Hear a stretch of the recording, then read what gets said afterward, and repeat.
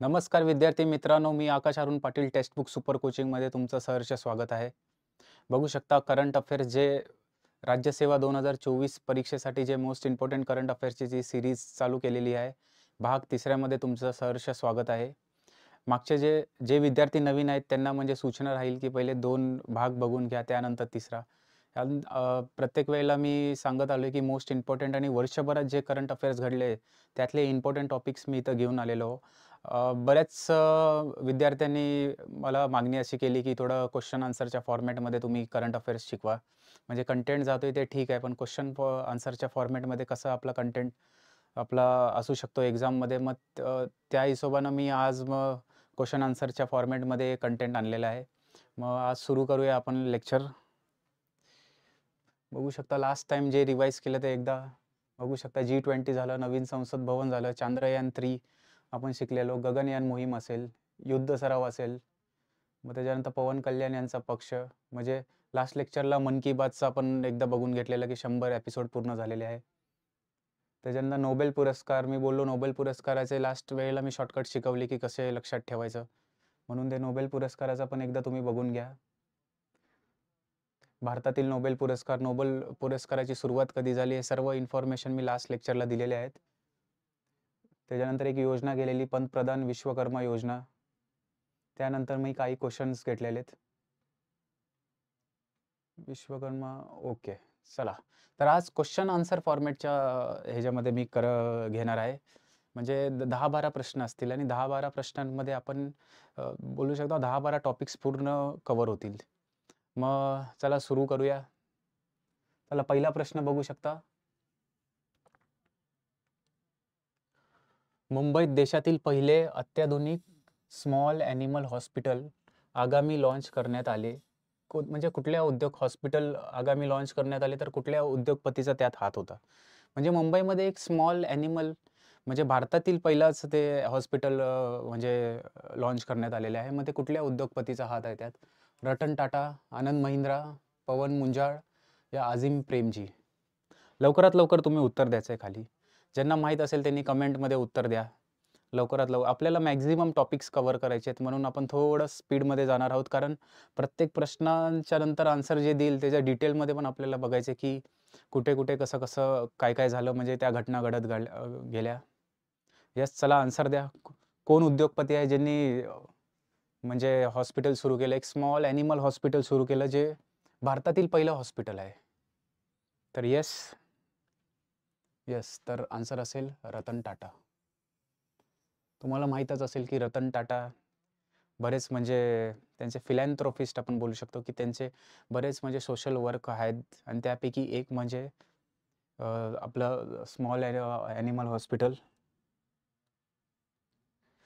बघू शकता Ratan टाटाबद्दल winning hearts म्हणजे एक इमेज मला भेटलं आहे. Ratan Tata to open a 24/7 animal hospital in Mumbai at a cost of 165 crore. 165 crore म्हणजे काय, हा प्रकार काय आहे आपण जाणून घेऊया. उद्योगपती रतन टाटा हे प्राणी, विशेषतः कुत्र्यांवरचे प्रेम आणि त्यांच्या हक्कांसाठी केलेल्या वकिलीसाठी प्रसिद्ध आहेत. टाटा ट्रस्टने ट्रस्ट लक्षात ठेवायची आहे. रतन टाटांनी जरी हॉस्पिटल स्टार्ट केलं असेल तरी टाटा ट्रस्ट त्याच्यात मेन आहे. दक्षिण मुंबईत देशातील पहिले अत्याधुनिक small animal hospital Ratan Tata यांनी सुरू केलेल्या प्रकल्पाची घोषणा केली आहे. तर हा इम्पोर्टंट काय आहे आपल्या राज्यसेवेसाठी? आता काही-काही लोकांचं असेल की वन लाइनर्स कुठे येतात राज्यसेवेसाठी? पण तुम्ही करंट अफेअर्सचे मागचे मी बोललो प्रत्येक लेक्चरला, की 10 वर्षाचे प्रश्न उचलून बघा. करंट अफेअर्सचे जे 15 प्रश्न आपल्या राज्यसेवा पूर्व परीक्षेला दिसतात, त्यातले 10 प्रश्न तरी वन लाइनर्सच असतात. म्हणजे डायरेक्ट पुरस्कार, कुणी काहीतरी चांगलं काम केलं असेल, कुणाची अपॉइंटमेंट झाली असेल, या तर मग कोण कुठं नियुक्त झाला असेल, हे डायरेक्टली म्हणजे विचारतात. नाहीतर कुणाचं जरी निधन झालं असेल, मग त्या रिलेटेड काहीतरी विचारतात. मग असे वन लाइनर्स आहेत, जे महाराष्ट्र स्पेसिफिक आजचा मेन करंट अफेअर्सचा म्हणजे भाग 3 म्हणजे मी विशेषतः महाराष्ट्र स्पेसिफिक घेऊन आलोय. म्हणजे आपलं काय विचारू शकतात, राज्यसेवा जी होणार आहे परीक्षा 25 ऑगस्टसाठी, ते म्हणजे महाराष्ट्र स्पेसिफिक काय विचारू शकतात. म्हणजे 2023 मध्ये जे महाराष्ट्र स्पेसिफिक काय-काय मोठ्या घटना घडल्या, मोठ्या म्हणजे नॉट एकदम न्यूजमध्ये, हायलाईटमध्ये, पण अशा घटना की ज्याचा रेलेव्हन्स आहे एक्झाम पॉइंट ऑफ व्ह्यूने. अशा मी घटनांचा म्हणजे आज म्हणजे पूर्ण प्रश्न घेऊन आलेलो आहे. त्यापैकी एक म्हणजे रतन टाटा. म्हणजे हा येऊ शकतो, म्हणजे इथून पूर्वी पण बघू शकता मी सांगितले नोटबंदीची डेट विचारली. त्यानंतर फर्स्ट लोकपाल कोण आहे ते विचारले. डायरेक्ट अपॉइंटमेंट्स विचारतात. मध्यंतरी वॉटरमॅन ऑफ इंडिया म्हणून एक लोकराज्य मॅगझीन जी महाराष्ट्राची अधिकृत मॅगझीन आहे, त्यामध्ये वॉटरमॅन ऑफ इंडियाचा उल्लेख केलेला म्हणजे ते आहेत ते. मग त्यांच्यावर डायरेक्ट प्रश्न आलेला कंबाईनमध्ये पण आणि राज्यसेवा मेन्समध्ये पण. म्हणून असले जे प्रश्न आहेत ते म्हणजे लक्षात ठेवणं आपल्याला लक्षातच ठेवलं पाहिजे. म्हणून स्मॉल ॲनिमल ही देशातील पहिलं आहे. देशातील पहिले आहे आणि महाराष्ट्र रिलेटेड आहे आणि दक्षिण मुंबईतच सुरू झालं, म्हणून ही एक्झाम पॉइंट ऑफ व्ह्यू भरपूर इम्पॉर्टंट न्यूज आहे. चला नेक्स्ट प्रश्नाकडे जाऊया.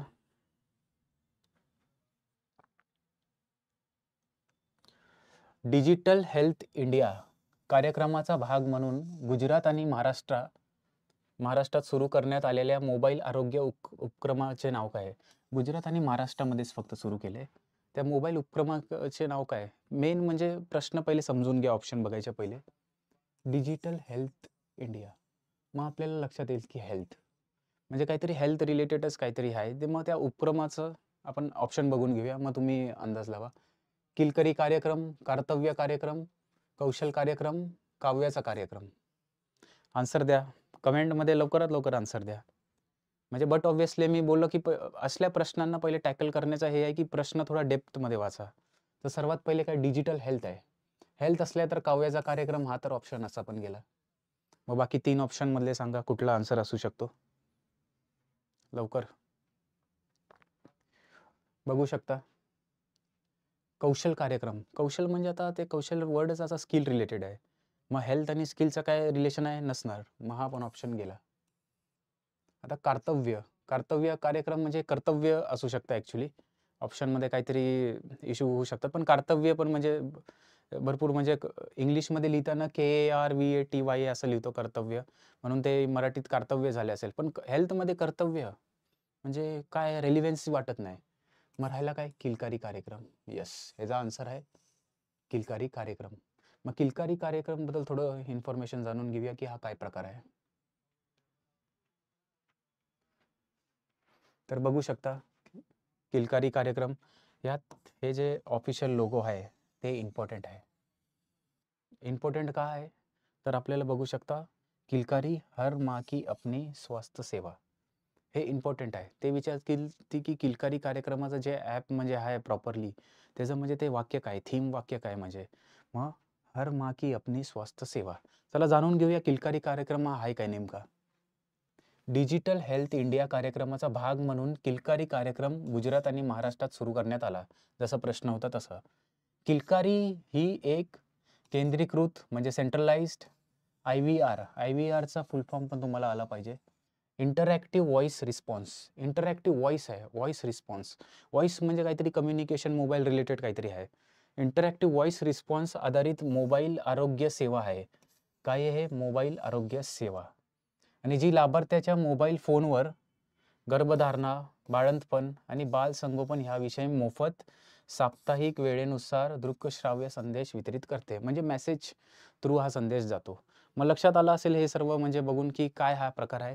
किलकारी हा काय म्हणजे हे कार्यक्रम आहे की जे बाळंतपण आणि गर्भधारणा आणि बालसंगोपन याविषयी मोफत जे आपलं मेसेजेस असतील ते सर्व म्हणजे भेटतील. आणि मेन म्हणजे इंटरॅक्टिव्ह व्हॉइस रिस्पॉन्स आधारित आहे. इंटरॅक्टिव्ह व्हॉइस रिस्पॉन्स आधारित आहे. आणि तसे पण हां, मेन लक्षात ठेवायचं आहे की किलकारी म्हणजे ह्यावेळेला तर उलटा घेतला म्हणजे प्रश्न की महाराष्ट्र, गुजरातमध्ये आरोग्य रिलेटेड काय सुरू आहे. पण जर असा पण प्रश्न येऊ शकतो की किलकारी कार्यक्रम म्हणजे किलकारी कार्यक्रम हा कशाशी संबंधित आहे? मग मोबाईल आरोग्य सेवा, हे लक्षात पाहिजे. मोबाईल आरोग्य सेवा इम्पॉर्टंट आहे. तसंच हेल्थ इंडियावर भरपूर सारी कामं चालू आहेत, म्हणून हा वन ऑफ द इम्पॉर्टंट प्रश्न मला वाटला. आणि जे महाराष्ट्र आणि गुजरातचा स्पेसिफिकेशन इथं देण्यात आलं आहे, म्हणून दोन्हीसाठी इम्पॉर्टंट आहे. आपलं कंबाईनची एक्झाम असेल की राज्यसेवा. आता लोकांना इकडं पण तेच मी बोलतोय की वन लाइनर्स घेऊन आलो आहे. ह्याचा अर्थ की राज्यसेवेला येणारच नाही असं काय नाही आहे.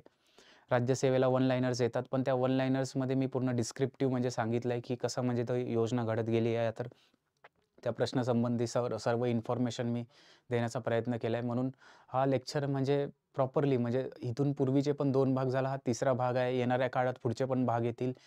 म्हणजे राज्यसेवा परीक्षेच्या ते रिव्हिजनचं जे 2-3 दिवस तुम्ही अलॉट केले असतील एक्झामच्या पहिले, म्हणजे जर 25ला एक्झाम झाली, म्हणजे टेंटेटिव्ह तर 25च सांगितलंय, म्हणजे 25लाच होईल. असा चेंज तर डेट केलेला नाही म्हणून 25लाच आपण पकडू होईल. म्हणजे 21, 22 आणि 23 असे जे तारीख आहेत, म्हणजे जिथं तुम्हाला म्हणजे जास्त डेटा म्हणजे गेलेला असेल माइंडमध्ये आणि मग रिव्हिजन करण्याचा कुठेतरी म्हणजे मनातनं म्हणजे हे होतं, की म्हणजे एवढं वाचलंय कसं लक्षात राहील. त्या टायमाला तुम्ही हे पूर्ण करंट अफेअर्सची सीरीज एकत्र चालवू शकता आणि मग तुम्ही प्रॉपरली म्हणजे ते रिव्हिजन मोडमध्ये तुम्ही करू शकता सर्व काही. ओके, चला नेक्स्ट टॉपिककडे जाऊया.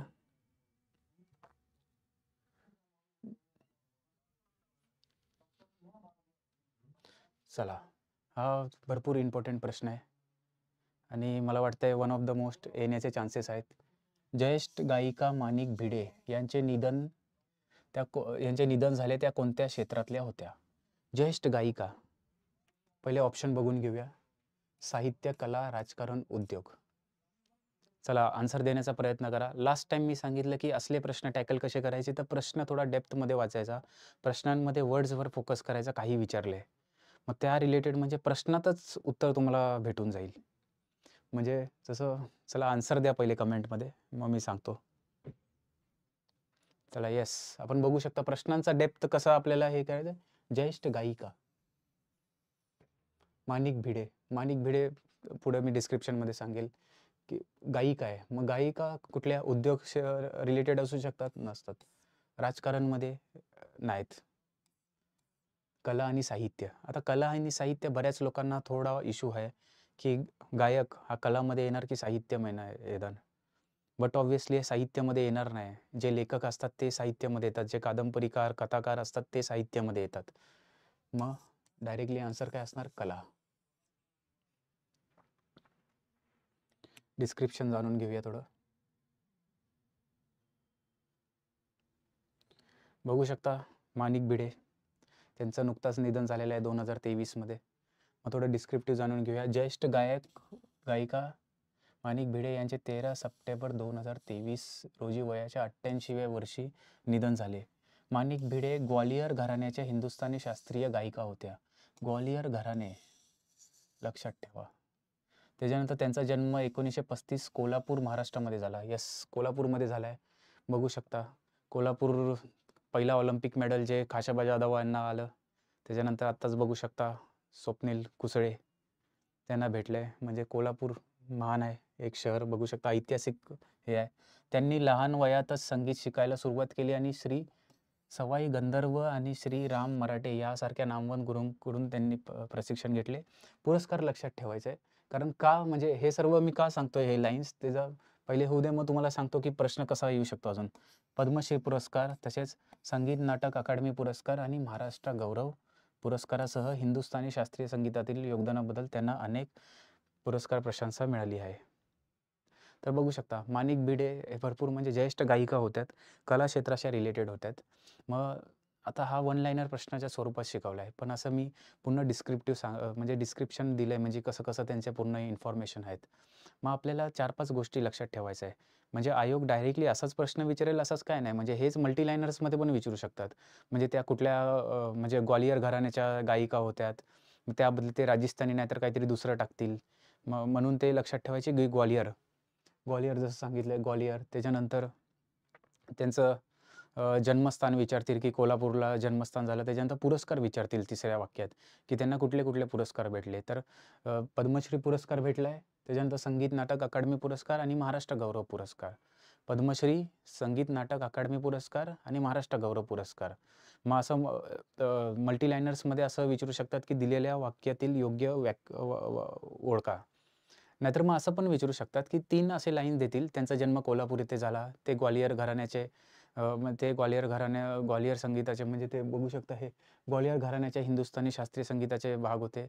त्यानंतर त्यांना पद्मश्री, महाराष्ट्र आपला संगीत नाटक संगीत अकॅडमी अवॉर्ड. त्याच्यानंतर आपलं महाराष्ट्र गौरव पुरस्कार आणि त्यानंतर मग विचारतील की ह्या व्यक्ती कुठल्या रिलेटेड आहेत. म्हणजे मग त्या व्यक्तीला ओळखावं लागेल. तर माणिक भिडे. म्हणजे असे प्रश्न म्हणजे 4-5 वेळेनी म्हणजे असे फिरवून विचारू शकतात. म्हणून तुम्ही असा काही पण अभ्यास करणार ना, म्हणजे नुसतं करंट अफेअर्सचा रिलेटेड नाही. म्हणजे पॉलिटी सारखा सब्जेक्ट जरी वाचताय ना, तुम्हाला तो टॉपिक वाचताना कळायला पाहिजे, की म्हणजे प्रश्न कुठल्या वेनी विचारू शकतात. मग एकदा तो टॉपिकच क्लिअर झाला ना, मग प्रश्न कसा पण विचारू दे. तुम्हाला तो टॅकल करणार येणारच. फॉर एक्झाम्पल जर सांगायचं उदाहरण द्यायचं सांगितलं तर आता राज्यपालसारखा टॉपिक म्हणजे हा आहे बारकासा. म्हणजे तुम्ही एकदा सर्व वाचून घेतलं, मग कसाही प्रश्न येऊ दे, तुम्हाला म्हणजे टॅकल करता येतो. मल्टी लाइनर झालं तर मल्टी लाइनर्समध्ये होऊन जातं. म्हणून त्या रिलेटेड म्हणजे एक ती हॅबिट डेव्हलप करा आत्ताच म्हणजे जे कसा अभ्यास करायचा ते. आणि हे प्रकार म्हणजे कंबाईनच्या परीक्षेला भरपूर कामाला येतात म्हणजे हीच हॅबिट. कारण कंबाईनच्या वेळेला आपल्याला बघू शकता सिलेबस तोच आहे आणि सध्याचं हे बघितलं ना म्हणजे राज्यसेवेचीच लोकं जी कंबाईनला अभ्यास करतात, ते राज्यसेवेला पण सेमच अभ्यास करतायत आणि कंबाईनला पण सेम. म्हणजे जे रिव्हिजन ते राज्यसेवेला करतायत, तेच कंबाईनला पण करतायत. म्हणजे त्यांच्या म्हणजे रिसोर्सेसमध्ये काय म्हणजे चेंजेस नाहीत. म्हणजे जास्त थोडं महाराष्ट्र स्पेसिफिक घेऊन जात आहेत कंबाईनच्या एक्झामसाठी. पण राज्यसेवेमध्ये पण बघू शकता, की तेच आहे. म्हणजे पॉलिटी असेल तर इकडं पण पॉलिटी तेच रिवाईज करतायत, तिकडे पण. इकॉनॉमिक्स असेल तर दोन्ही जागेला सेम. फक्त इकॉनॉमिक्स इकडं कंबाईनमध्ये आपल्याला कसं म्हणजे स्टॅटिक डेटा आणि थोडं इकॉनॉमिक सर्व्हे बघावा लागतो. आणि राज्यसेवेमध्ये म्हणजे प्रॉपर जे समित्या जे आहेत ते आपल्याला त्या प्रॉपरली बघायला लागतात. त्याच्यानंतर जनगणना असेल ती जनगणना डीपमध्ये बघायला लागते. चला, तर आपण नेक्स्ट प्रश्नावर जाऊया.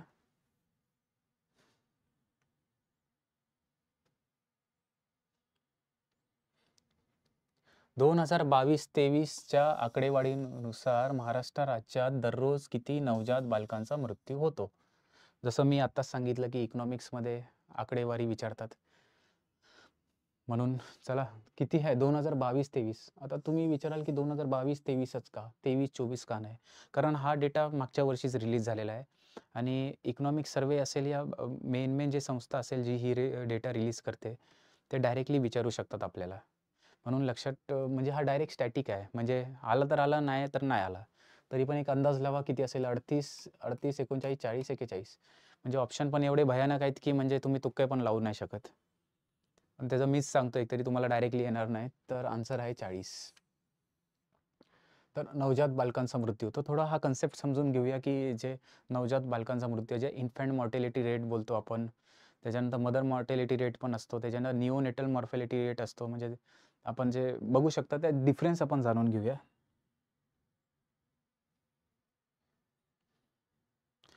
बघू शकता महाराष्ट्रात दररोज 1 वर्षाखालील अंदाजे 40 अ, अर्भकांचा मृत्यू होत आहे. म्हणजे नवजात जे बालक आहेत, हे आपल्याला एक लक्षात ठेवायचे दररोज होतोय. म्हणजे हा काय महिन्याचा डेटा या वर्षाचा नाही, दररोज म्हणजे डेली बेसिसवर. म्हणजे रोज 40 लोकं म्हणजे मृत्यू होत आहेत. म्हणजे आकडा थोडा मोठा आहे ॲक्चुअली, पण हे इम्प्रूव्ह झाला आहे मागच्या वर्षीपेक्षा. म्हणून चला पुढचं बघूया. नवजात बालकांच्या मृत्यूचं प्रमुख कारणे बघा, अकाली जन्म, कमी वजन आणि श्वसनाचा त्रास. रुग्णालयातील प्रसूतीच्या वाढीमुळे आरोग्य सेवा कर्मचारी आणि पायाभूत सुविधांमध्ये प्रमाणाबद्ध वाढ न होता बालमृत्यूचे प्रमाण वाढले आहे. म्हणजे जे आपल्याला बेसिक ॲम्युनिटीज आहे हॉस्पिटॅलिटीची, ते न वाढता की बालमृत्यूच म्हणजे वाढत चाललेत. म्हणजे अजून अंडर कंट्रोल आलेलंच नाही. 2023 मध्ये भारतातील सध्याचा जो बालमृत्यू दर 1000 जन्मामागे आहे ते 26.619 आहे. जो 2022च्या तुलनेत किती 3.89% नी कमी आहे. 3.89% कमी आहे. म्हणजे 2022च्या तुलनेत 23चा रेट. आणि तसाच 22चा जो रेट होता, जो 1000 जन्मामागे 27 तो 21च्या तुलनेत कमी आहे. म्हणजे कुठेतरी आपण अचीव्ह करत आहोत. म्हणजे कमी-कमी होत आहे. म्हणजे ओव्हरऑल एव्हरेजच्या. पण तरी पण हा आकडा मोठा आहे. म्हणजे ठीक आहे आपलं म्हणजे 150 कोटी लोकसंख्या झालेली आहे. म्हणजे लोकसंख्येचा आपण देश आहे, सर्वात मोठा आहे. पण तेच बोलतात ना, की जर लोकसंख्या एवढी मोठी आहे, तर स्किल्स परफेक्टली म्हणजे यूज केले पाहिजेत लोकांचे आणि लोकांनी पण तेवढं म्हणजे थोडं असलं पाहिजे. म्हणजे आपल्या इथं भरपूर म्हणजे प्रकार आहे, की जन्माला म्हणजे मुलगी आल्यावर म्हणजे बरेच आपण बघू शकता, की न्यूज चॅनलमध्ये वेगवेगळ्या आपल्याला बघू शकता, की कचऱ्याच्या ह्याच्यातच नवजात बालक आढळला आणि मग त्याच्यानंतर लिंग तपासणी केल्यावर मग कळतं, की ती मुलगी आहे. म्हणजे बेकार लोकं आहेत म्हणजे आपल्या म्हणजे पूर्ण समाजातच असे बेकार लोकं आहेत, की म्हणजे मुलीचा जन्माला ते लोक म्हणजे ते बोलतात ना, की मुलगाच पाहिजे, वंशाचा दिवा म्हणून मुलगाच त्यांना पाहिजे. ठीक आहे, मुलगा होणं एक म्हणजे भाग्य आहे, म्हणजे ज्यांच्या घरी मुलं होतात, म्हणजे मुलगा होतो. पण काही-काही लोकांना म्हणजे विसर पडला आहे, की मुलगी ज्यांच्या घरी होते ते सौभाग्य असतात. म्हणून एक आपण कुठेतरी म्हणजे सामाजिक हे प्रॉब्लेम आहेच. पण इथून येणाऱ्या जनरेशनमध्ये मला वाटतं ते दिसणार नाही तसं. म्हणजे आता कुठेतरी बघू शकता लिंग गुणोत्तर पण सुधारत चाललं आहे आणि लोकं म्हणजे आत्ताचे जे न्यू जनरेशनवाले आहेत, त्यांना म्हणजे ते कळालं आहे, की म्हणजे मुलगा असो या मुलगी असो म्हणजे समान आहेत सर्व. म्हणजे आपल्या पूर्वीचे होते म्हणजे बरेच काय-काय म्हणजे आत्ता पण काही-काही समाजात आणि ग्रामीण भागात मोस्ट प्रोबॅबली ग्रामीण भागातच जे आहेत म्हणजे समाजापासून थोडे वे आहे. अजून पण ते जुनेच म्हणजे कल्चरल फॉलो करत आलेत आणि मुलगाच त्यांना हवा असतो. म्हणजे नुसतं त्यांचाच नाही म्हणजे पीअर प्रेशर असतो. म्हणजे ह्याच्यात म्हणजे कारणीभूत त्यांचे आई-वडील आणि त्यांचे वरचे म्हणजे जेवढे सीनियर लोकं असतील त्यांच्या घरी ते कारणीभूत असतात, की त्यांना म्हणजे वंश चालवायला मुलगाच पाहिजे. म्हणजे हा कुठून म्हणजे ॲक्चुअली भरपूर हा म्हणजे डीप कन्सेप्ट आहे. पण आपल्याला एक सामाजिक आपली बांधिलकी असली पाहिजे, की ठीक आहे मुलगा असो या मुलगी असो सर्व म्हणजे समान आहेत. म्हणून चला बॅक टू द टॉपिक. मी बोललो की 40 आपल्याला लक्षात ठेवायचं आहे की 2020 आपलं 22-23ची जी आकडेवारी आली, त्यात किती आहे 40 अब्रकांचा दररोज मृत्यू होतोय. आता infant mortality, death of an infant before his first birth. ठीक आहे, हे पुढच्या स्लाईडमध्ये एक्सप्लेन करेन. निओनेटल मॉर्टॅलिटी म्हणजे neonatal mortality. Neonatal mortality Times of इंडियाकडून मी इमेज उचललाय. निओनेटल मॉर्टॅलिटी म्हणजे ज्याचा जन्म झाला आणि 28 दिवसाच्या आतच त्या बालकाचा मृत्यू झाला, त्याला निओनेटल मॉर्टॅलिटी रेट बोलतो. आणि बघू शकता मॉर्टॅलिटी रेट म्हणजे बाल मृत्यू दर कसा तपासतात, की प्रत्येक 1000 लाईव्ह बर्थ मागे किती डेथ झाले. म्हणजे जर 1000 जन्माला आले, तर त्यातले किती म्हणजे त्यांचं निधन झालं. हे असा रेशो कॅल्क्युलेट होते. समजा जर 1000 लाईव्ह बर्थ झाले, म्हणजे समजा आज भारतात म्हणजे तुमच्या गावी नाही तर गावी म्हणजे एक जिल्ह्यात बघू शकता 1000 लोकांचा जन्म झाला. पण त्यातले मग येणाऱ्या म्हणजे एका वर्षात या कितीतरी म्हणजे 40 लोकं म्हणजे हे झालेत आपले डेथ्स झालेत. तसा हे इन्फंट मॉर्टॅलिटी आपला रेट कॅल्क्युलेट होतो. बघू शकता थोडा कन्सेप्ट इंग्लिशमध्ये आलाय कारण दुसरं इमेज भेटले नाही आणि it is easy to understand English. म्हणजे तुम्ही जर राजपत्रित अधिकारी होण्याचं स्वप्न बघताय म्हणजे मग कुठेतरी स्वतःला एक्सपांड करा. इंग्रजीचा एवढं तुम्हाला भय नसलं पाहिजे. म्हणजे काही तरी सुरुवात इथूनच करा. काही लोकं मी मागच्या ह्याच्यात पण सांगितलं, की पी-एस-आय पण आता बघू शकता रिझल्ट लागलेला आहे. त्यात मी रिझल्टमध्ये मार्क बघत होतो. माझे मित्र पण आहेत त्यात. त्यात मार्कांमध्ये मी डिफरन्स बघितला, की इंग्रजीमध्ये कमी, मराठीमध्ये आउट ऑफ आलेत आणि इंग्रजीमध्ये भरपूर कमी. पण त्याच जर इंग्रजीमध्ये थोडं अजून मेहनत करून जास्त आले तर राज्यात टॉपर झाले असते. म्हणजे असे विद्यार्थी आहेत. म्हणून तुम्ही जे बोलतात ना इंग्रजी विषयाला घेऊन तुमच्या मनात जे म्हणजे ते बोलतात ना, की भीतीची भावना आहे ना, ती थोडं काढून टाका. असं काही नाही एकदम सोपं आहे. सोपं म्हणजे इंग्लिश ग्रामर जे पेपरला विचारतात आणि इंग्लिश बोलणं हे there are these two are different things. म्हणजे कुठेतरी बोलताना आपल्याला ती फ्लुएन्सी लागते लँग्वेजची आणि कुठेतरी अभ्यास करताना ग्रॅमॅटिकल आपल्याला अभ्यास म्हणजे ग्रामर आपल्याला माहीत असलं पाहिजे, कुठं काय कसं यूज करतो. ठीक आहे, चला बॅक टू द टॉपिक. चला चाइल्ड मॉर्टॅलिटी रेट्स आपण डेफिनेशन्स बघूया वेगवेगळे. म्हणजे निओनेटल मॉर्टॅलिटी रेट बोललो, की जे फर्स्ट पहिल्या 28 दिवसात जर बालकाचा मृत्यू झाला, तर निओनेटल मॉर्टॅलिटी रेट बोलतात. इन्फॅन्ट मॉर्टॅलिटी रेट म्हणजे बाल मृत्यू दर. 1000 मागे म्हणजे number of deaths during the first year of life per 1000 live birth. म्हणजे 1000 जन्माला आले आणि त्याच्यापैकी म्हणजे एका वर्षाच्या आत जे डेथ होणारे आहेत, त्याला आपण इन्फॅन्ट मॉर्टॅलिटी रेट बोलतो. निओनेटल मॉर्टॅलिटी रेट काय आहे? 28 दिवसाच्या आत. इन्फंट मॉर्टॅलिटी रेट काय आहे? म्हणजे एका वर्षात 1000मध्ये किती हे होणार आणि मग तसंच आहे under 5 mortality rate. But obviously जर 5 असेल तर मग 5 वर्ष, फर्स्ट 5 इयर्स. Clear concept? एकदम सोपे आहेत. म्हणजे आपलं क्वेश्चन आन्सर वेमध्ये घेऊन आलंय. पण क्वेश्चन आन्सर वेमध्ये पण सांगतोय, की म्हणजे कसे विचारू शकतात. माणिक भिडेचा आपण बघितला प्रश्न, की कुठल्या वेनी ते विचारू जाऊ शकतात. पूर्ण मी कन्सेप्ट सांगितलाय. त्या ग्वाल्हेर घराण्याच्या होत्या ते सर्व. त्याच्यानंतर ते डिजिटल हेल्थ जो कार्यक्रम होता किलकारी प्रोजेक्ट महाराष्ट्र आणि गुजरात लक्षात ठेवायचं आहे. त्याच्यानंतर ते मोबाईल आरोग्य सेवेप्रमाणे एक तो हे आहे आणि जे आपले प्रेग्नंट वुमेन्स असतील त्यांना म्हणजे मोबाईल थ्रू म्हणजे सर्व म्हणजे कळणार आहे. म्हणजे एक मेसेज येईल प्रॉपरली कसं त्यांचं म्हणजे हेल्थ आहे, इश्यू आहेत, काहीतरी इश्यू असतील ते सर्व म्हणजे ते तसं एक चांगला किलकारी प्रोजेक्ट आहे. त्यानंतर आपण बघू शकता रतन टाटाचा आपण प्रश्न बघितला. ते फिलॅन्थ्रोपिस्ट आहेत, एक चांगले बिझनेसमॅन उद्योजक आहेत, तसेच एकदम सोशल वर्कर आहेत. फिलॅन्थ्रोपिस्ट म्हणजे एक सोशली जे वर्क करतात त्याला बोलतात आपण. मग तेच बघू शकता त्यांनी एक भारतातील, देशातील पहिलं जे ॲनिमल हॉस्पिटल आहे, ते त्यांनी म्हणजे घोषणा केली आहे स्थापन करण्याची. ऑलरेडी साऊथ मुंबईमध्ये झालेलं आहे ते. आणि हा प्रश्न आपला इन्फंट मॉर्टॅलिटी रेट. क्लिअर? बघू शकता. आता नेक्स्ट प्रश्नाकडे जाऊ. चला, हा जबरदस्त प्रश्न आहे. केंद्र सरकारने जाहीर केलेल्या राष्ट्रीय स्मार्ट सिटी पुरस्कार 2022 मध्ये महाराष्ट्र राज्यातील कोणत्या शहराला पश्चिम विभागात सर्वोत्कृष्ट पुरस्काराने सन्मानित करण्यात आलं? पहिले लक्षात ठेवायचं की प्रश्न काय विचारलाय, स्मार्ट सिटी. पण स्मार्ट सिटी, राष्ट्रीय स्मार्ट सिटी पुरस्कारमध्ये पश्चिम म्हणजे जर समजा भारताचा, काही काही लोकांना हे असेल डाऊट, तर हे आपलं भारताचा पश्चिम विभाग म्हणजे पूर्ण पश्चिम विभाग आहे. त्या पश्चिम विभागामध्ये महाराष्ट्र राज्यातील कोणत्या शहराला पुरस्काराने सन्मानित करण्यात आले? मग आपल्याला बघू शकता पुणे, कोल्हापूर, सोलापूर, नांदेड. चला आन्सर देण्याचा प्रयत्न करा. भरपूर म्हणजे वन ऑफ द इम्पॉर्टंट आहे, कारण स्पेसिफिक जर महाराष्ट्र रिलेटेड असेल तर राज्यसेवेच्या दृष्टीने पण आणि कंबाईनच्या पण दृष्टीने पण ही जी सिरीज चालणार आहे, मला वाटतं नुसतं राज्यसेवाच नाही आहे, जे कंबाईनचा पण अभ्यास, बट ऑब्व्हियसली जेवढे लोक राज्यसेवेचा अभ्यास करतायत म्हणजे ज्यांना ऑलरेडी सिलेक्टेड नाही आहेत ते, मग ते कंबाईनचा पण अभ्यास करणारच आहेत. मग ते एक एक वेमध्येच प्रिपेअर करा. हा फ्लो चालू राहील एकदम कंटिन्युअस याचा. आणि कंबाईनचा बघू शकता की म्हणजे अजून नोटिफिकेशन नाही, भरपूर अफवा टेलिग्राम आणि वेगवेगळ्या असं क्षेत्रातनं आपल्याला येत आहेत की एक्झाम हे होईल, ते होईल, ऑक्टोबरमध्ये होईल, सप्टेंबरमध्ये होईल. पण असं काय नाही. Let the official notification comes, त्याच्यानंतर तुम्ही डिसाईड करा प्रॉपरली. आयोग आपलं काम प्रॉपरली करेल, तुम्ही फक्त अभ्यास करत राहा. म्हणजे ठीक आहे, आपल्याला एक बोलतात ना ते अँझायटी आणि ईगरनेस असतो की कधी म्हणजे ॲड येईल आणि कसं आपण प्लॅन करायचा आहे. पण एक बघू शकता की ऑगस्ट महिन्यातच ॲड येण्याचे पूर्ण चान्सेस आहेत 100%. म्हणजे 15 ऑगस्टची जी सुट्टी आपली जी संपेल म्हणजे रक्षाबंधन नंतर, आता त्याच्या पहिलेच येईल, नाहीतर मग त्याच म्हणजे मोस्ट प्रोबेबली त्याच्यानंतरच येईल, म्हणजे 20-21 ऑगस्टच्या आसपास. आणि मग तिथून मग तुम्ही कॅल्क्युलेट करा 45 दिवस. मग 45 दिवसाच्या आत एक्झाम होत नाही, मग आचारसंहिता लागू होईल, इलेक्शन असतील आणि मग अंदाज लावा मग कधी होऊ शकतं परीक्षा. तरी माझ्या अंदाजानुसार नोव्हेंबरला होऊ शकते परीक्षा, मी सांगतोय. चला, काय आन्सर? राष्ट्रीय स्मार्ट सिटी पुरस्कार पश्चिम विभागात. Yes anyone? यस, सोलापूर. लक्षात ठेवायचं आहे. बरेच लोक पुण्याला आन्सर मार्क करतात, म्हणजे पुणे स्मार्ट सिटी असं म्हणजे प्रकल्प त्यांनी चालला आहे, पण सोलापूर, पश्चिम विभागात सोलापूर. लक्षात ठेवायचं, जे आपले ग्रेड 2 सिटीज आहेत त्यांचे जिंकण्याचे चान्सेस जास्त असतं.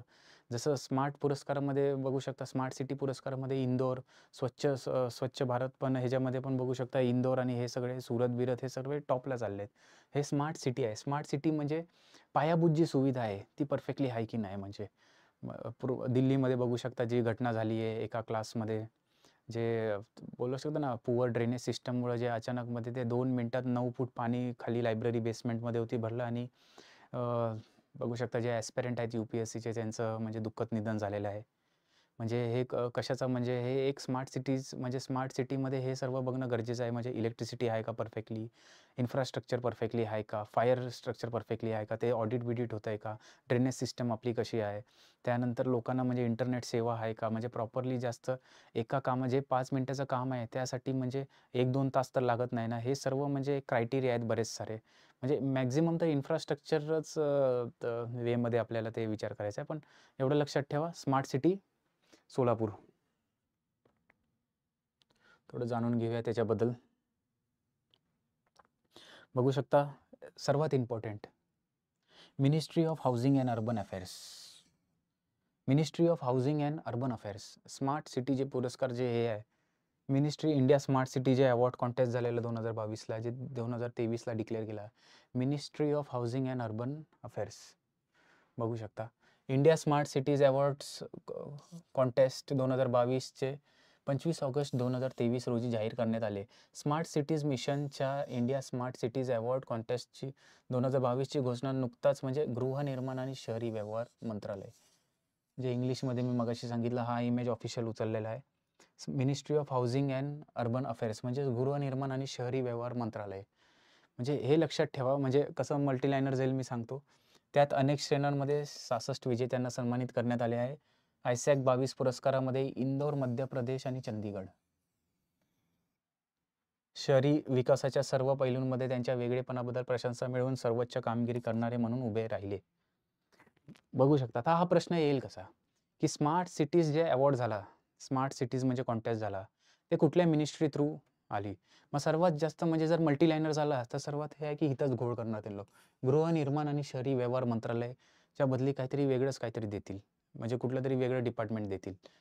मग त्याच्यानंतर आपल्याला पश्चिम विभागातनं सोलापूरला हे भेटलं. टोटल किती आहेत? 66 लोकांना 66 म्हणजे अवॉर्ड कुठं गेलं ते? हां, 66 विजेत्यांना सन्मानित करण्यात आलं. त्याच्यानंतर चौथा स्टेटमेंट काय बनू शकतो? इंदोर, मध्य प्रदेश आणि चंदीगड या वेगवेगळ्या पैलूंमध्ये आपलं हे म्हणजे त्यांनी सर्व पैलू काम केलं आहे. इंदोर म्हणजे मध्य प्रदेशचाच आपला हे आहे, म्हणजे एकच हे आहे, राज्यामध्ये घेऊ नका. इंदोर मध्य प्रदेशमधला आणि चंदीगड आपला बघू शकता केंद्रशासित प्रदेश आहे. म्हणून म्हणजे राजधानी पण आहे पंजाब हरियाणाची. पण आपलं केंद्रशासित प्रदेश डिक्लेअर झाल्यामुळे त्याला आपण आपलं टेक्निकली आपण वेगळं हे करतो. तर कळालं? Smart cities Solapur. बघू शकता 5 प्रश्न झालेले आहेत. चला पुढच्या प्रश्नाकडे येऊया. आपल्याला लवकर बघू शकता डेट पण जवळ आलेली आहे, म्हणून फास्ट फॉरवर्डमध्ये थोडा अभ्यास आणि वेगवेगळ्या विषयांवर आपल्याला अभ्यास करावा लागणार आहे. म्हणजे नुसतं आता समजा नियुक्त्या घेतल्या, निधन घेतलं तर नुसतं तेच वाचत नाही राहायचं आहे. आपल्या इकडे जर इयर बुक कोण वापरत असेल, म्हणजे मोस्ट 70-80% लोकं तर इयर बुकच घेतात रेग्युलर मॅगझिनच्या बदली. मग त्या इयर बुकमध्ये पण बघू शकता की टॉपिक वाईज त्यांनी लोकांनी दिलं आहे. म्हणजे जर काहीतरी पुरस्कार असतील तर सर्व पुरस्कार दिले आणि सर्व पुरस्कार एकत्र जर आपण वाचलं तर बट ऑब्व्हियसली लक्षात नाही राहणार. मग करंट अफेअर्सचा अभ्यास करताना म्हणजे जसं जे लोकांना जमत असेल तसं करा. पण माझी टेक्निक अशी असते की मी ओव्हरऑल म्हणजे वेगवेगळं हे करत राहतो. म्हणजे 2 पुरस्कार वाचले तर 2 स्पोर्ट्स रिलेटेड घडामोडी वाचायच्या, 2 आपलं एक व्यक्तीचं निधन ते झालं ते आपल्याला वाचायचं, मग नियुक्त्या वाचायच्या. त्यानंतर मग राज्य शासन रिलेटेड जे असतील, राजकारण रिलेटेड जे न्यूज असतील, मग इकॉनॉमिक्स अफेअर्स असतील आणि मग आपले डिफेन्स रिलेटेड असतील आणि ते तसे म्हणजे वेगवेगळे तुम्ही जर स्लॉट करून जर वाचत गेला आणि म्हणजे इयर बुकमध्ये मार्क करत गेला तर असा तुमचा अभ्यास चांगला होईल. म्हणजे जर रोजचं ठरवलंय तुम्ही 10 टॉपिक वाचायचे, मग 10 वेगवेगळ्या ह्याच्यातलं घ्या. इकॉनॉमिक्सचा घ्या, सायन्स टेकचा घ्या, डिफेन्स रिलेटेड घ्या, अपॉइंटमेंट्स, निधन, त्याच्यानंतर मिसेलेनियस असेल, या सर्व. मग तुमचा मग करंट अफेअर्सचा अभ्यासाचा म्हणजे एक भारी म्हणजे हे येईल म्हणजे तुमच्याकडं प्रॉपर बेस रेडी होईल. चला नेक्स्ट प्रश्नाकडे जाऊया. येस, इम्पॉर्टंट आहे. बघू शकता पुरस्कार जसं मी मग सांगितलं. सर्वोत्कृष्ट मराठी राष्ट्रीय चित्रपट पुरस्कार. सर्वोत्कृष्ट मराठी राष्ट्रीय पुरस्कार जे मिळालेला आहे, एकदा काय झालं. या चित्रपटाचे दिग्दर्शक डायरेक्टर कोण आहेत? येस, बघू शकता मागच्याच म्हणजे 2023ला 69 वर राष्ट्रीय पुरस्कार जाहीर झालेत. आपण ती लिस्ट पण बघणार आहोत. पण आन्सर देण्याचा प्रयत्न करा. मराठी पुरस्कार मराठी फीचर फिल्मसाठी जो पुरस्कार भेटला आहे, एकदा काय झालं, या पिक्चरचे डायरेक्टर कोण आहेत? तर पहिले ऑप्शन बघून घेऊया. प्रसाद ओक, नागराज मंजुळे, सत्यजित पाटील, सलील कुलकर्णी. बघू शकता. चला आन्सर देण्याचा प्रयत्न करा. काय पण म्हणजे तुक्का म्हणजे नॉर्मली लॉजिक लावा की काय असू शकतं. नागराज मंजुळेचं बघू शकता सैराट, फॅन्ड्री असे सारखे फिल्मसाठी ते फेमस आहेत. मग जर त्यांनी जर पिक्चर रिलीज केला असेल तर भरपूर हायलाइटेडमध्ये असतात. मग त्यांचं नाव होतं काय पूर्ण एका मागच्या वर्षाचं म्हणजे हायलाइटमध्ये तर नव्हतं. मग नागराज मंजुळेला काढा. प्रसाद ओक कॉमेडीची आपलं बघू शकता, कॉमेडी एक्सप्रेस जे आपलं चालतं त्याच्यातले हे आहेत, म्हणून हे पण गेलं. मग आता सत्यजित पाटील आणि सलील कुलकर्णी. बट ऑब्व्हियसली बघू शकता एकदा काय झालं याचे डायरेक्टर आहे सलील कुलकर्णी. सलील कुलकर्णी संगीतकार पण आहेत. मग बघू शकता. चला त्यांच्याबद्दल थोडं जाणून घेऊया पुरस्काराबद्दल. हे बघू शकता national film awards winner list. हे आहेत आपले सलील कुलकर्णी.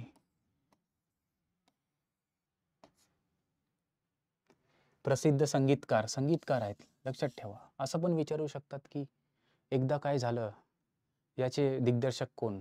मग असं लिहितील संगीतकार सलील कुलकर्णी, दिग्दर्शक नागराज मंजुळे.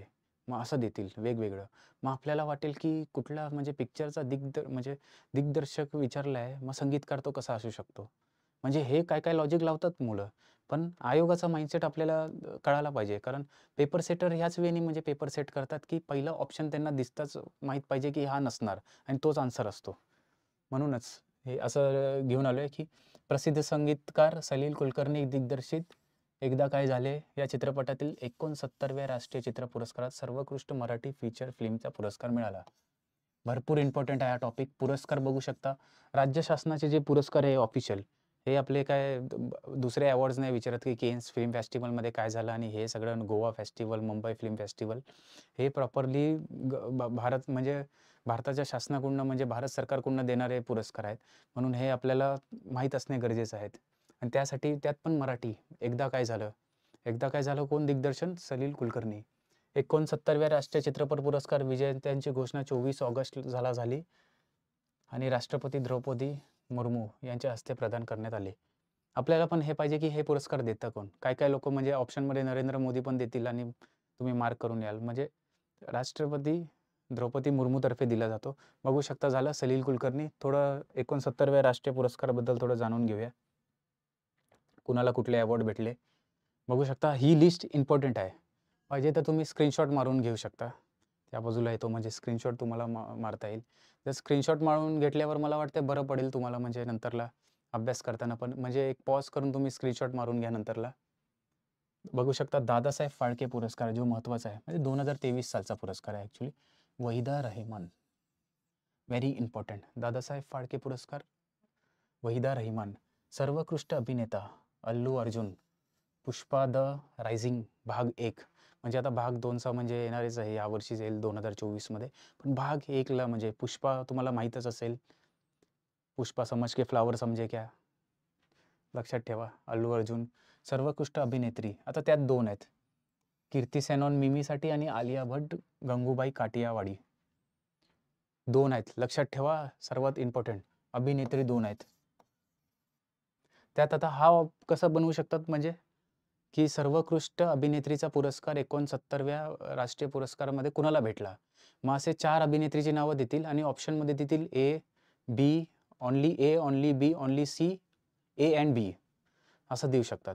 मग आपल्याला वाटेल की एकच आहे, मग एकचला भेटला असेल, एकच पुरस्कार आहे, पण तसं नाही आहे. घोड करायचे तर आयोग करू शकतो आणि भरपूर लोकांना ते बोललो की आपल्या महाराष्ट्रात भरपूर लोकं आहेत की जास्तच म्हणजे माइंड वापरतात आणि कुठेतरी काहीतरी एक्स्ट्रा म्हणजे दिसला ना म्हणजे ऑप्शनमध्ये असे म्हणजे प्रश्न जर परफेक्टली तुम्ही डीप ॲनालिसिस केला की म्हणजे प्रत्येक प्रश्नामागे तुमच्या मनात विचार असला पाहिजे की आयोगाने हा विचारलाच कशासाठी आहे.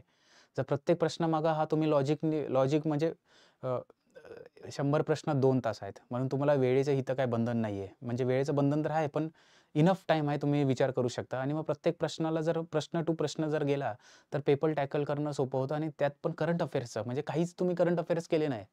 आणि हेच फक्त आपले मॅरेथॉन सेशन्स बघताय आणि हे सर्व आणि त्यातले पण मग टॅकल करता येतात की म्हणजे प्रश्न कसे आपले आहेत, मग का असं आयोगाने विचारलं आहे, ऑप्शनच असं का दिलं आहे. मग ते इम्पॉर्टंट आहे. बघू शकता त्याच्यानंतर सर्वोत्कृष्ट सहाय्यक अभिनेता पंकज त्रिपाठी. पंकज त्रिपाठी म्हणजे आपले मिर्झापूरवाले. सर्वोत्कृष्ट सहाय्यक अभिनेत्री पल्लवी जोशी द काश्मीर फाईल्स. हे पण इम्पॉर्टंट आहे. पल्लवी जोशी. काश्मीर फाईल्स पिक्चर बघितलं असेल. त्यात जे पल्लवी जोशीचा रोल चांगला होता त्यात. त्यानंतर सर्वोत्कृष्ट feature film Rocketry the Nambi effect. सर्वोत्कृष्ट फीचर फिल्म. मराठीमधली जर फीचर फिल्म विचारला तर एकदा काय झालं दिग्दर्शित सलील कुलकर्णी आणि नॉर्मली सर्वोत्कृष्ट फीचर फिल्म म्हणजे ओव्हरऑल तर रॉकेटरी द नॅम्बी इफेक्ट. बघू शकता त्याच्यात पण गडबड होईल. हिंदी फीचर फिल्म विचारतील आणि मग नॉर्मली मग हे आपलं हे सर्वोत्कृष्ट जर ओव्हरऑल कुणाला भेटला रॉकेटरी द नाम्बी इफेक्ट. जर कुणी जर पिक्चर बघितला नसेल तर बघून घ्या. भरपूर चांगला म्हणजे पिक्चर आहे आणि कुठंतरी ऐतिहासिक सायन्स रिलेटेड पण आहे आणि इतिहासात काय झालं आपल्याला ते पण माहीत पडेल म्हणजे कसं काय राजकारण चालतं आपल्या देशात. तर झालं हे. परत एकदा रिवाईज करूया आपण काय हे केलं. सलील कुलकर्णी दिग्दर्शित एकदा काय झालं ह्याच्यासाठी त्यांना पुरस्कार भेटला आहे मराठी आपलं फीचर फिल्मसाठी. त्याच्यानंतर दादासाहेब फाळके पुरस्कार कुणाला भेटला? वहिदा रहमानला. त्याच्यानंतर अभिनेता कोण आहे? अभिनेता सर्वोत्कृष्ट अभिनेता पुष्पासाठी भेटला कुणाला? अल्लू अर्जुनसाठी. अभिनेत्री 2 अभिनेत्री आहे. कीर्ती सेनॉन आणि आलिया भट्ट. त्यानंतर सहाय्यक अभिनेता म्हणून कुणाला भेटलं? तर त्रिपाठी आपले कोण? पंकज त्रिपाठी जे मिर्झापूर वेब सिरीजमध्ये आहेत तेच. त्यानंतर सहाय्यक अभिनेत्री म्हणून पल्लवी जोशी ज्या काश्मीर फाईल्सवाल्या आणि आपला सर्वोत्कृष्ट ओव्हरऑल ज्या पिक्चरचा कुणाला भेटला तर रॉकेटरी द नॅम्बी इफेक्ट. कळालं सर्वांना?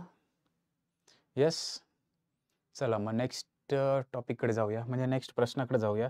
आज घेऊनच असं आलोय की म्हणजे पहिले प्रश्नसकट म्हणजे आपण डिस्कस करणं म्हणलं म्हणजे एकाकडून लास्ट टाइम पण इनपुट्स भेटलेली. त्याच्यानंतर माझे बरेच स्टुडंट आहेत त्यांनी सांगितलं की थोडं प्रश्न उत्तर घ्या आणि मग त्याच्यानंतर तो पूर्ण टॉपिक एक्सप्लेन करा मग बरं पडेल म्हणजे नाहीतर काय होतंय आपण म्हणजे 7-8 टॉपिक्स लाईनीत घेतोय आणि मग त्याच्यानंतर त्याच्यावर प्रश्न येतोय. मग लोकांना म्हणजे कन्फ्युजन होतंय. म्हणजे एकत्र एवढा डेटा लक्षात राहत नाही. मग प्रश्नांच्या उत्तरमध्ये म्हणजे कसं फास्ट म्हणजे हा लेक्चर जरी तुम्ही असं लाईव्ह बघत नसाल, म्हणजे प्रीमियर पण बघत नसाल, तर म्हणजे कधी पण म्हणजे दिवसातनं नाहीतर रात्री झोपताना नाहीतर ट्रॅव्हलिंगमध्ये पण जर फास्ट फॉरवर्डमध्ये जरी तुम्ही हे बघितलं, तर तुम्हाला म्हणजे एक तो डेटा म्हणजे लक्षात राहील, की प्रश्न हा होता, असे ऑप्शन होते आणि हे शिकवलं.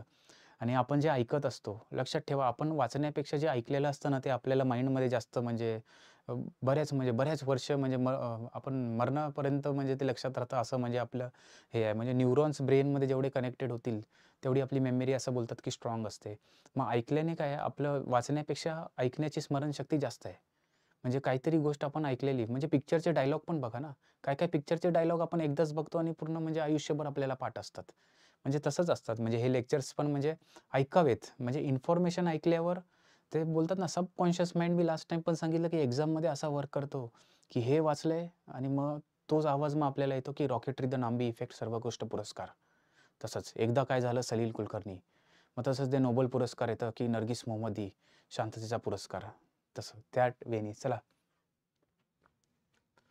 महाराष्ट्र सरकारने नेक्स्ट प्रश्न. महाराष्ट्र सरकारने अलीकडे कोणत्या माशाला राज्य मासा म्हणून घोषित केले आहे? येस, व्हेरी करंट अफेअर्समध्ये इम्पॉर्टंट आहे. लास्ट टाईम त्यांनी बघू शकता, की जे बटरफ्लाय होता आपलं राज्य फुलपाखरूवर प्रश्न विचारलेला, राज्यसेवेतच विचारलेला. मग आत्ता जे रिसेंटली मागच्या वर्षीची जी करंटमध्ये भरपूर हायलाईटमध्ये आहे, ते तसं बघू शकता राज्य मासा.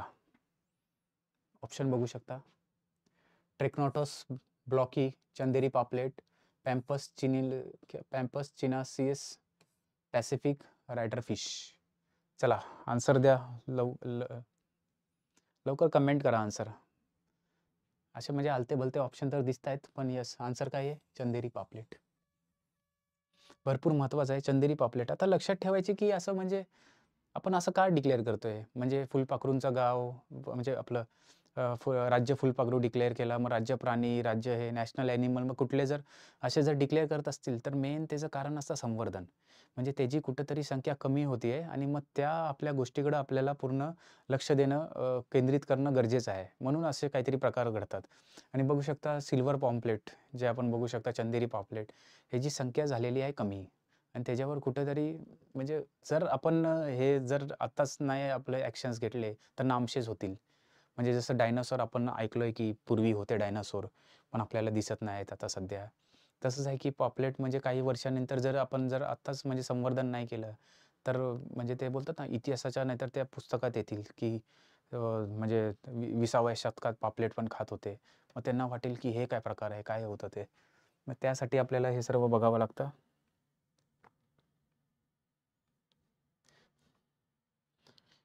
बघू शकता सिल्व्हर पॉपलेट महाराष्ट्र राज्य मासा म्हणून घोषित. आणि हे पण लक्षात ठेवायचं की सिल्व्हर पॉपलेटला नाव काय आहे सायंटिफिक? पॅम्पस अर्जेंटियस. दिसत नसेल तर इथं लिहितो. इंग्लिशमध्ये लक्षात ठेवलं तर बरं पडेल, कारण असले सायंटिफिक नावं इंग्लिशमध्ये थोडं लक्षात आपल्याला लवकर राहतात. पॅम्पस अर्जेंटस. सिल्व्हर पॉपलेटला पॅम्पस अर्जेंटस बोलतात. लक्षात ठेवायचं आहे. चला आपण वाचूया. महाराष्ट्र सरकारने 5 सप्टेंबर 2023 रोजी चंदेरी पापलेट उर्फ सारंगी किंवा पापलेट यास राज्य मासा म्हणून घोषित केले. Okay. International union for conservation of nature IUCN नुसार चंदेरी पापलेटची संख्या कमी होत आहे. यस, मी जे सांगितलं म्हणून तर आपण हे सर्व करतोय. राज्य मासा म्हणून घोषित करण्यात मुख्य उद्देश प्रदेशाच्या या माशांची संख्या कमी होत असल्याने त्याचे संवर्धन करणे आणि चंदेरी पापलेट प्रामुख्याने महाराष्ट्र आणि गुजरात किनारी भागात आढळते. तर आता वन लाइनर्समध्ये पण नाही, आता मल्टी लाइनर्समध्ये परत हा प्रश्न मल्टी लाइनर्समध्ये म्हणजे येऊ शकतो. तर सर्वात पहिले काय आहे? कुठं भेटतात? महाराष्ट्र आणि गुजरातच्या किनारी भागात. ते देतील महाराष्ट्र आणि आपलं खाली तामिळनाडू, महाराष्ट्र, केरळ. आता महाराष्ट्र, आंध्र प्रदेश. मग असं काहीतरी ऑप्शन देतील. पण लक्षात ठेवायचं महाराष्ट्र आणि गुजरात इथंच ती आढळते आणि त्याच्यानंतर सायंटिफिक नाव मग विचारू शकतात आणि त्याच्यानंतर महाराष्ट्र शासनाने डिक्लेअर केला. पण IUCN नुसार हे म्हणजे ते संख्या कमी होते म्हणून आपलं हे पाऊल उचलण्यात आलेलं आहे. लक्षात ठेवायचं आहे महाराष्ट्राचा राज्य मासा सिल्व्हर पॉम्प्रेट, चंदेरी पापलेट. क्लिअर? ओके. चला नेक्स्ट प्रश्न घेऊया. यस, चांगला प्रश्न आहे. म्हणजे प्रश्न असा आहे की पूर्ण महाराष्ट्रात भावकीमध्ये जे भांडणं होत आहेत त्याचं मेन कारण म्हणजे जमिनी, 7-12. त्याच्यानंतर मग लोक असं एक दुसऱ्याला धमकवण्या पण हे देतात, धमकी देताना 7-12 तुझ्या नावावर आहे काय, 7-12 हे ज्या नाव. त्याच रिलेटेड आहे बघा. जमिनीची संपूर्ण माहिती देणारा 7-12 जो आहे महाराष्ट्र राज्यात किती भाषांमध्ये उपलब्ध असेल. तर हा तर तुम्हाला वाटत असेल काय फालतू प्रश्न आहे, म्हणजे हा काय प्रश्न असतो काय. पण ह्याची रेलिव्हन्स मी पुढे सांगेल की काय आहे. 7-12, 24, 23, 22, 21 म्हणजे ह्या काय आपलं डिसेंडिंग ऑर्डर दिलाय. चला सांगा, 24, 23, 22 या 21 किती भाषांमध्ये 7-12 उपलब्ध आहे. का फक्त म्हणजे ऑप्शनमध्ये एवढं आहे तर ह्याचा आहे की मराठी, इंग्रजी आणि हिंदीच्या व्यतिरिक्त पण दुसऱ्या भाषांमध्ये उपलब्ध आहे ह्याचा अर्थ आहे. पण किती? इंग्रजीमध्ये तर आहे, पण किती असेल? यस, ऑप्शन 3 22 भाषांमध्ये. बघू शकता संविधानात पण 22 आपली जी भाषा आहेत जे, पण ते सर्वच 22 तेच नाहीत. आपण जाणून घेऊया मी काय जे सांगत होतो. हे आपलं बघू शकता महाराष्ट्राचा महसूल विभागाचा गाव नमुना 7-12 व 8A पाहणे. महाभूमी लेखवर तुम्ही गेलात आणि तुमचं असं इकडं म्हणजे डिजिटली हे आहे, आपली चावडी करून लिहिलं आहे. इथं सिलेक्ट करायचं आणि आपलं पुन्हा सिलेक्ट करायचं. बघू शकता आपला सुंदर महाराष्ट्र. अभिमान असला पाहिजे आपण महाराष्ट्रात जन्माला आलोय. एवढा म्हणजे ॲडव्हान्स आहे. शाहू फुले आंबेडकरांचा महाराष्ट्र आहे. इतक्या म्हणजे विचारवंत आपले म्हणजे सगळे बघू शकता क्रांतिकारी असतील. क्रांतिकारीच काय, जर म्हणजे पूर्वीचा पण इतिहास जर आपण बघितला म्हणजे पाक म्हणजे एन्शंट हिस्ट्रीपासून मिडिवलपर्यंत म्हणजे छत्रपतींचा तर म्हणजे आहेच, म्हणजे पूर्ण मराठा साम्राज्याचा पूर्ण म्हणजे छत्रपतींनी तर पूर्ण रूलच केल्या. पण अटकेपार म्हणजे झेंडा आपण बोलतो ते अटक अफगाणिस्तानमध्ये आहे, तिथपर्यंत हे आहे. पण महाराष्ट्रात जन्माला येणं एवढं चांगलं म्हणजे भाग्य आपल्याला भेटलंय. म्हणून एक लक्षात ठेवा की आपण जिथून पण दुसऱ्या शहरात जाणार म्हणजे महाराष्ट्र सोडून, तर त्यात आपल्याला अभिमान पण बाळगला पाहिजे आणि आपण महाराष्ट्राला प्रमोट पण केलं पाहिजे दुसऱ्या ठिकाणी. म्हणजे कसं आपला महाराष्ट्र म्हणजे सांगण्याची गरज नाही, पण महाराष्ट्राबद्दल म्हणजे आहेच, म्हणजे पॉझिटिव्ह आहेत. बाकीच्या ठिकाणी मी जात राहतो इकडं-तिकडं महाराष्ट्र राज्याच्या बाहेर. तिथं तर भरपूर म्हणजे आहे पॉझिटिव्हच आहे. पण त्यांना ॲक्चुअल महाराष्ट्र माहीत नाही की काय असतं. मग ते आपल्याला म्हणजे गरजेचं आहे. म्हणजे कोकणाचा पट्टा आपला कसा आहे, पश्चिम महाराष्ट्र असेल, मराठवाडा असेल, विदर्भ असेल, वर खानदेश असेल, हे सर्व म्हणजे प्रत्येक म्हणजे इतकं सारं म्हणजे संस्कृती आपल्या इकडं आहे. म्हणजे आपल्याला अभिमान पाहिजे. पण आपण करतो काय? कोकणाचा माणूस पश्चिम महाराष्ट्रवाल्यांना नाव ठेवतोय. पश्चिम महाराष्ट्राचा माणूस विदर्भ मराठवाड्याला नाव ठेवतोय. मग विदर्भाचा माणूस तिकडं खानदेशला नावं ठेवतोय. म्हणजे एक दुसऱ्यात आपसमध्ये कुठं हे करत आहे. ॲज अ ओव्हरऑल महाराष्ट्र म्हणून घ्या एक. म्हणून तेव्हाच मग आपली म्हणजे चांगली प्रगती पण होईल आणि आपला माइंडसेट पण पॉझिटिव्ह राहील. आपल्याला म्हणजे बोलतात ना, की वेगवेगळ्या संस्कृतीचा आपण स्वतः म्हणजे ॲक्सेप्ट केला पाहिजे. मग त्याच्यानंतर मग आपल्याला पण बरं वाटतं, की हे सर्व पण आहे. म्हणजे इतका सुंदर आपला महाराष्ट्र आहे. आणि तेच बाबतीत भारत. म्हणजे जर महाराष्ट्राच्या जर बाहेर आपण जातोय म्हणजे ठिकाणी ॲज अ भारत म्हणून एक पूर्ण घ्या. म्हणजे हिंदुस्थान इतका मोठा आणि वेगवेगळे कल्चर्स आहेत. आपल्याला म्हणजे ते हे केलं पाहिजे म्हणजे प्रॉपरली बोलतात ना, की जगात म्हणजे काही-काही लोकांचं असतं, की पूर्ण जग फिरायचं आहे. पण मला वाटतं, की आपलं नुसतं भारत फिरा म्हणजे आयुष्य म्हणजे तुमचं धन्य होऊन जाईल. म्हणजे कुठं जायची गरज नाही. भारत, हिंदुस्थानच स्वतः म्हणजे स्वर्ग आहे. म्हणजे हिमालयापासून जे खाली पूर्ण जाणार म्हणजे तू आपला तमिळनाडूच्या आपला तिरुवनंतपुरमपर्यंत आणि एवढं आणि राईट साईडला आपण बघू शकता अंदमान निकोबार असेल, इथं लक्षद्वीप असेल. इतकं सुंदर ठिकाण आहेत आपल्या हिंदुस्थानातच. बाहेर जाण्याची गरजच नाही आहे. चला येऊया 7-12वर परत. राज्यातील जमीन खरेदी विक्री करण्यास इच्छुक असलेल्या महाराष्ट्राबाहेरील नागरिकांना यापुढे नियंत्रण सॉफ्टवेअर वापरून म्हणजे बायलिंगवाले आपलं ते ट्रान्सलेशन 22 प्रादेशिक भाषांमधील अधिकार तपशिलांची नोंदणी वाचण्यास आणि समजून घेण्यास मदत करण्यास भाषिक अडथळ्यास सामना करावा लागणार नाही. 7-12 उतारा ज्याला पारंपरिकपणे 7-12 उतारा मराठी भाषेत आपण म्हणतो, हा महाराष्ट्र राज्यातील सरकारच्या महसूल विभागाच्या देखरेखीखाली आपलं चालतं आणि हे आपण बघू शकता महसूल विभाग इम्पॉर्टंट आहे. 7-12 कोण देतं तर. एक लक्षात ठेवा, सर्वात पहिला जे सेंटेन्स आहे ते इम्पॉर्टंट आहे. राज्यातील जमीन खरेदी विक्री करण्यास इच्छुक असलेल्या महाराष्ट्राबाहेरील नागरिक. म्हणजे लोकं इतकं म्हणजे महाराष्ट्रात हे झालंय म्हणजे तुम्ही कोकणचा पट्टा बघा. सगळ्या म्हणजे आता बघू शकता वेगवेगळ्या म्हणजे हा थोडा डिस्प्युटेड हे आहे. पण बघू शकता की थोडं तुम्ही स्वतः सर्व्हे जर केला, की कोकणातल्या जमीन कोणी खरेदी केल्या आहेत, तर आपल्याला माहीत पडेल की ह्याचा इम्पॅक्ट काय आहे. म्हणजे 22 भाषांमध्ये केलंय ठीक आहे, चांगलं आहे, समजण्यासाठी ईझी आहे. पण ह्याचा इम्पॅक्ट काय आहे म्हणजे बाहेरची लोकं महाराष्ट्रामध्ये जमीन घेण्यामध्ये भरपूर इच्छुक आहेत. म्हणून ते मुळशी पॅटर्नमध्ये एक डायलॉग होतात ना, की शेती विकायची नसते, राखायची असते. ते ॲक्चुअली खरी आहे. म्हणजे आपण आपलं आयुष्यामध्ये हे करण्यासाठी, चांगलं करण्यासाठी आपण हे करतोय. पण बघा जमीन, जमीन राहणार आहे. आपण तर एक दिवस मरून जाणार आणि ती संपत्ती पण आज आहे तर उद्या नाही आहे. पण जमीन पुढच्या पिढीला कामाला येणार. म्हणून आणि ॲक्चुअली आहे जर पूर्वजांपासून जर जमीन पुढं-पुढं जात आली आहे, मग त्याच्यावर आपला पण हक्क नसला पाहिजे. पूर्वजांनी आपल्याला इथून म्हणजे पूर्ण आपलं संवर्धन म्हणजे करून ठेवलंय, प्रॉपरली वाचवून ठेवलंय. तर आपली जिम्मेदारी आहे की आपल्या पुढच्या पिढीला ती गेली पाहिजे प्रॉपरली विथआऊट म्हणजे एनी इंटरव्हेन्शन. आणि म्हणून मी बोललो की 7/12 या प्रश्नाचा भरपूर रिलेव्हन्स आहे. कारण महाराष्ट्रात असे प्रकार घडतायत. म्हणजे प्रॉपर्टी विकत चाललेत लोकं आणि ते पण परप्रांतीयांना. म्हणजे असं काय हे नाहीये म्हणजे की त्यांनाच का विकतायत. पण कुठेतरी आपल्या जमिनीवर म्हणजे आपलं म्हणजे हे असणं गरजेचं आहे म्हणजे. नाहीतर मग ते बोलतात ना की मग पुढचं म्हणजे 50-60 वर्षानंतर काय होईल काय सांगता येत नाही. चला नेक्स्ट प्रश्न. चला नेक्स्ट प्रश्न पण जबरदस्त आहे. महाराष्ट्र राज्यातील कोणत्या जिल्ह्यात राजापूर तालुक्यातील कशेळी गावातील कोरीव शिल्प राज्य संरक्षित स्मारक म्हणून घोषित करण्यात आले? आता राजापूर तालुका भूगोलाचा थोडा विषय आहे. राजापूर तालुका मला वाटतं माहीतच असेल. आता कोकणाच्या लोकांना तर माहीतच असणार. रायगड, रत्नागिरी, सिंधुदुर्ग, ठाणे चारही पण जिल्हे कोकणातलेच आहेत. म्हणून बोललो कोकणाच्या लोकांना माहीत असणार की राजापूर तालुका कुठल्या जिल्ह्यात आहे. चला सांगा एकदा कमेंट करून. येस. येस. म्हणजे मॅक्सिमम हे माहीत नसतं म्हणजे तालुका स्पेसिफिक विचारलाय. पण हे इम्पोर्टंट कशाला आहे कारण राज्य संरक्षित स्मारक म्हणजे स्टेट मॉन्युमेंट म्हणून डिक्लेअर करण्यात आले आहे. म्हणून हे इम्पोर्टंट आहे. येस, राजापूर तालुक्यातील रत्नागिरी.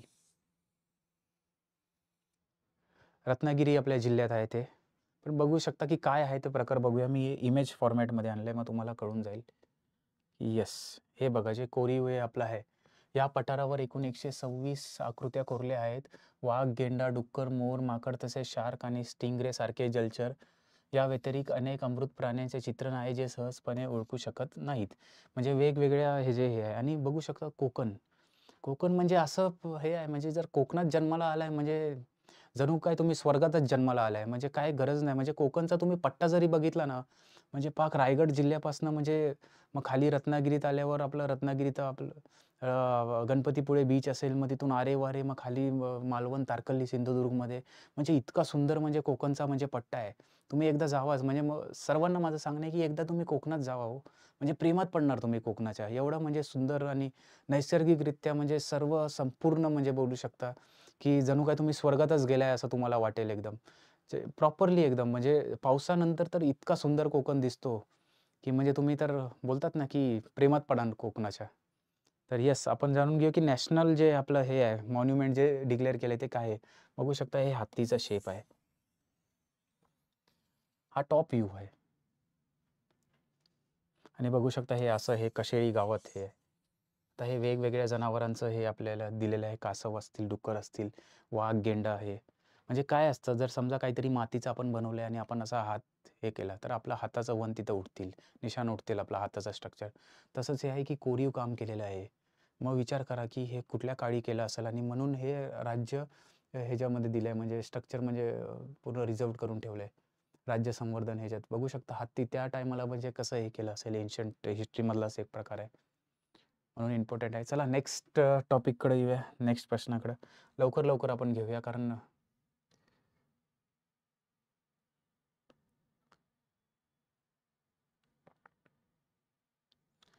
महाराष्ट्र सरकारने सुरू केलेल्या उद्योजक पुरस्कारामध्ये महिला उद्योजिका पुरस्कार कुणाला मिळाला आहे?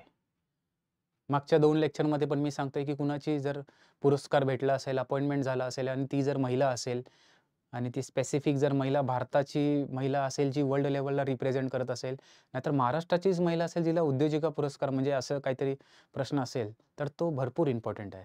म्हणजे एक्झामचा दृष्टिकोन डायरेक्ट आपल्याला जास्त काय हे अभ्यास करण्याची नाही, पण आपल्याला टेक्निक माहीत पाहिजे, की आयोग कशावर प्रश्न विचारेल. जसं लास्ट टाईम सांगितलं, जर मॅगझिनमध्ये नुसतं तुम्ही सायन्स अँड टेकच वाचत बसलाय, पण सायन्स अँड टेक वर्षभरातलं जर वाचलं आणि एकच प्रश्न येणार असला आणि त्या पण एक प्रश्नामध्ये काहीतरी वेगळंच, काहीतरी थीम नाहीतर काहीतरी वेगळंच म्हणजे डेज विचारले, कुठं काय होतं. मग तिथं तुम्ही पूर्ण म्हणजे हँग होऊन जाणार म्हणजे. तर तुम्हाला तो येणारच नाही प्रॉपरली काय चाललंय ते. मग बघू शकता, ऑप्शन बघू शकता. झेलम केसरी, चंदा कोचर, गौरी किर्लोस्कर, प्राजक्ता माळी.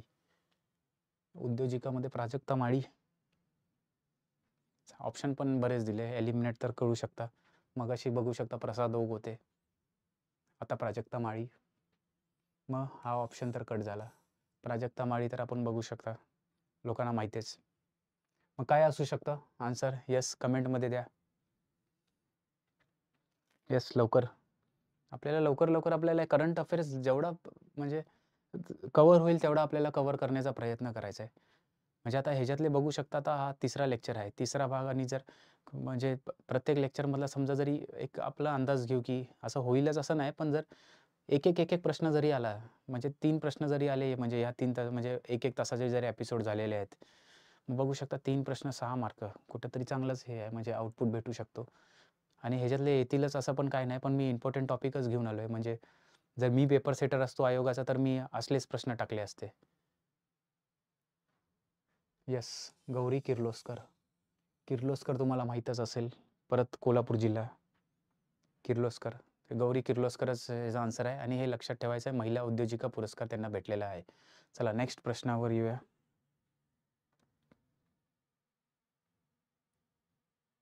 परत महाराष्ट्र शासनाच्या उद्योग मित्र पुरस्कार खालीलपैकी कोणाला जाहीर झाला आहे? उद्योग मित्र पुरस्कार. आदर पुनावाला, सायरस पुनावाला, गौतम अदानी, अतुल चोरडिया. येस, आन्सर देण्याचा प्रयत्न करा. असले जे प्रश्न येतात ना आपल्या एक्झाममध्ये, तर आपल्याला आला तर आला, नाही तर नाही आला. ह्याच्यात तुक्का मारू नाही शकत. म्हणजे मल्टी लाईनर्स असल्यावर आपण चला हे करू शकतो, की हा सेंटेन्स नसू शकतो, तो असू शकतो. ए एलिमिनेट केला तर म्हणजे एचे ऑप्शन सर्व जातात. असल्या प्रश्नांमध्ये आपल्याला म्हणजे बोलतात ना, की पाठच पाहिजे आणि पाठ जर स्वतः केलं तर आपल्याला लक्षात नाही राहत. पण जर ह्या फॉर्मॅटमध्ये तुम्ही बघताय, व्हिडिओ देऊन बघताय आणि माझा म्हणजे आवाज तुमच्या कानापर्यंत पोहोचतोय म्हणजे ते कुठेतरी लक्षात राहतं, की उद्योग मित्र पुरस्कार. उद्योजिका जे पुरस्कार भेटला ते गौरी किर्लोस्करला आणि उद्योग मित्र पुरस्कार कोण असेल मग? बघू शकता आदर पुनावाला, सायरस पुनावाला. पुनावाला ग्रुप तर तुम्हाला आठवणीत असेल सीरम इन्स्टिट्यूट. सीरम इन्स्टिट्यूट ज्यांनी कोविड लस बनवलेली आहे त्यांनाच भेटलेला आहे. पण कुणाला भेटला आहे? आदर पुनावाला जे CEO आहेत. CEO serum institute. Serum institute of India. इंडियाचे CEO आहे ज्यांनी कोविड लस जी आपल्याला बनवलेली आहे त्याचे ते आपले CEO आहे आदर पुनावाला. चला क्लिअर. चला नेक्स्ट प्रश्नाकडे जाऊया.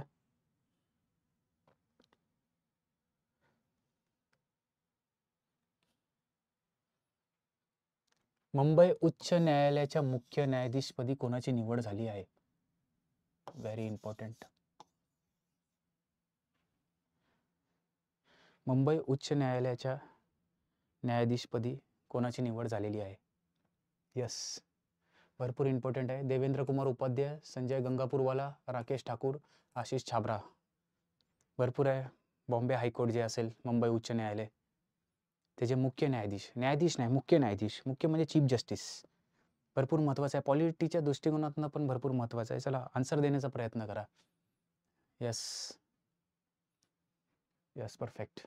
देवेंद्र कुमार उपाध्याय.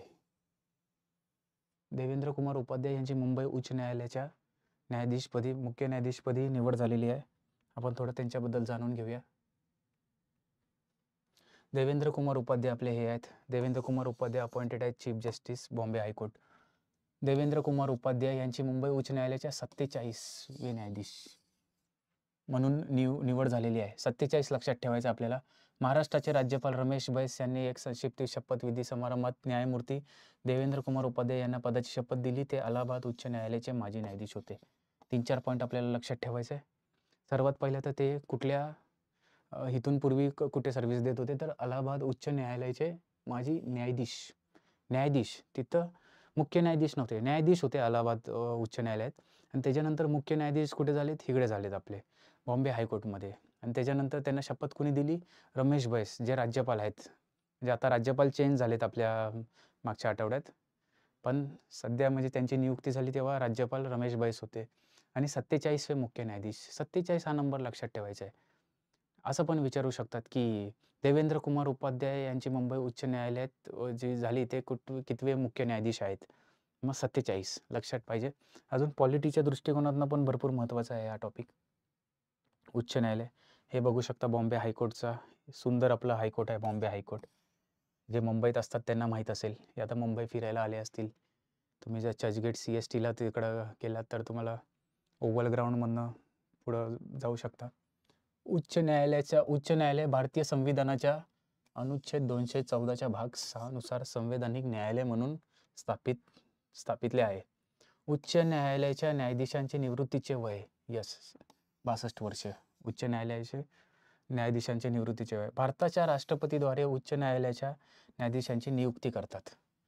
व्हेरी इम्पॉर्टंट आहे. भारताच्या राष्ट्रपतीद्वारे नियुक्ती करतात आणि शपथ कोणी दिली? गव्हर्नरने दिली. ह्याच्यासाठी मी हा टॉपिक घेऊन आलो आहे. हा टॉपिक म्हणजे ही स्लाईड घेऊन आलो आहे, की आपल्याला ही टेक्निकॅलिटी माहीत पाहिजे. म्हणून मी मगाशी बोललो कुठलातरी एक टॉपिक तुम्ही वाचताय ना पूर्ण वाचा. म्हणजे मग नियुक्ती कोण करतं, शपथ कोण देतं, हे सर्व म्हणजे छोट्या गोष्टी आहे आणि आपण वाचता तेच आपण सोडून देतो. म्हणजे आपल्याला त्या लक्षातच नाही राहत ॲक्च्युली. म्हणून भरपूर म्हणजे बोलतात ना वन ऑफ द इम्पॉर्टंट हे आहे. मग त्याचं आपल्याला तुम्हाला माहीत असणं गरजेचं आहे. तर बघू शकता हा पूर्ण प्रश्न कसा येऊ शकतो, की 47वे न्यायाधीश म्हणून कुणाची नियुक्ती झाली? देवेंद्र कुमार उपाध्याय. ह्याच्यापूर्वी ते कुठे होते? अलाहाबाद उच्च न्यायालय. आणि त्यानंतर मग अलाहाबाद उच्च न्यायालयानंतर आपले ते भारतीय संविधानाच्या दृष्टिकोनातनं काय लक्षात ठेवायचं आहे? भारतीय संविधानाच्या दृष्टिकोनातनं अनुच्छेद 214 भाग 6 मध्ये आहे आपलं उच्च न्यायालयाची हे. त्याच्यानंतर रिटायरमेंट एज काय आहे? 62. नियुक्ती कोण करतं? नियुक्ती राष्ट्रपतीद्वारे होते. शपथ कोण देतं? शपथ राज्यपाल देतो. त्याच्यानंतर बॉम्बे हायकोर्टाची स्थापना कधी झाली? हे पण आता मला लक्षात आलं बोलता बोलता म्हणून बोलतोय. बॉम्बे हायकोर्टची स्थापना आहे ती 14 ऑगस्ट 1862. लक्षात ठेवा. हे इतिहासाच्या दृष्टिकोनातनं पण महत्त्वाचं आहे. 1857चा मग लढा असेल, मग त्याच्यानंतर 1858ला म्हणजे जे ॲक्ट झाला, त्याच्यानंतर बॉम्बे हायकोर्टाची स्थापना झालेली आहे 1862मध्ये. हे पण लक्षात राहू द्या. आणि बघू शकता आज इम्पॉर्टंट असे टॉपिक कव्हर केलेले आहेत आणि इथून पुढं असा सीरीज म्हणजे तुम्हाला जर हा आवडला असेल म्हणजे कुठल्या फॉर्मॅटमध्ये पाहिजे म्हणजे कमेंटमध्ये तुम्ही सांगा. मग नेक्स्ट टाईममध्ये पण मग त्या फॉर्मॅटमध्ये आणेल. म्हणजे बरेच विद्यार्थी आणि मला लास्ट टाईम कमेंट पण आलेले आहेत, की थोडं प्रश्न उत्तराच्या माध्यमातून आणा. असं तसंच थोडं स्टेज स्पेसिफिक घेऊन जावा. जे माझे ऑफलाईनला विद्यार्थी असतात म्हणजे बरेच माझे मित्र पण जे लेक्चर्स जे बघतात ते त्यांनी पण सांगितलं, की थोडं महाराष्ट्र स्पेसिफिक घेऊन जा. म्हणजे एक लेक्चर महाराष्ट्र स्पेसिफिक गेला पाहिजे. म्हणून आज जेवढे प्रश्न होते ते महाराष्ट्र स्पेसिफिक घेऊन आलो. म्हणजे भले 10-12 प्रश्नच होते म्हणजे जे टोटल झाले ते. पण त्या 10-12 प्रश्नामध्ये 10-12 टॉपिक मी क्लिअर केलेत आणि ते महत्त्वाचे आहेत आणि त्या डायव्हर्सिटी होती त्या टॉपिकमध्ये. नुसतं एकच टॉपिक पकडून नाही आले. मग त्या हिशोबाने तुम्ही म्हणजे सांगा तुम्हाला लेक्चर कुठल्या पद्धतीने पाहिजे? पूर्ण कंटेंट प्रॉपरली शिकवू, क्वेश्चन आन्सर फॉर्मॅटमध्ये शिकवू, नुसतं क्वेश्चन आन्सर फॉर्मॅटमध्ये, की क्वेश्चन आन्सर आणि मग थोडं एक्सप्लेनेशन या फॉर्मॅटमध्ये? मग त्या हिशोबानं म्हणजे मी मग पुढच्या वेळेचा कंटेंट आणण्याचा प्रयत्न करेल. आणि बघू शकता मी प्रत्येक लेक्चरला सांगतोय, ह्या टायमाला पण सांगतोय सीसॅट भरपूर गेम चेंजर आहे. सीसॅटवर थोडं लक्ष केंद्रित करा.